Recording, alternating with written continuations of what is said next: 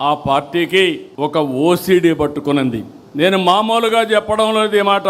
Obsessive compulsive disorder, ఇది ఒక వ్యాధి.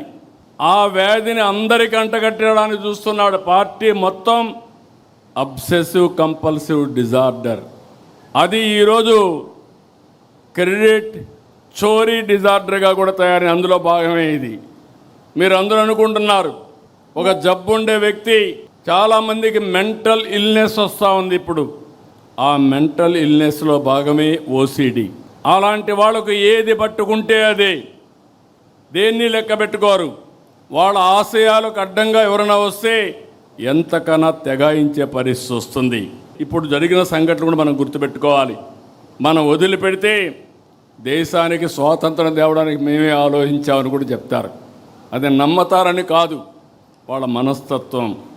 ఇంకో పక్క మీరు గుర్తుపెట్టుకోవాలి, సింధూరుకు కూడా డ్రోన్ ఆలోచన నేనే ఇచ్చానని చెప్పే పరిస్థితికి వస్తారు. ఫేక్ ప్రచారంతో ఒక పటిష్టమైనటువంటి యంత్రాంగాన్ని ఎస్టాబ్లిష్ చేశారు.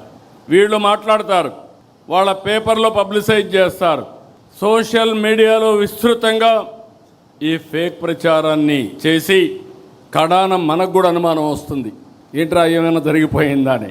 ఆ పరిస్థితి తెస్తారు.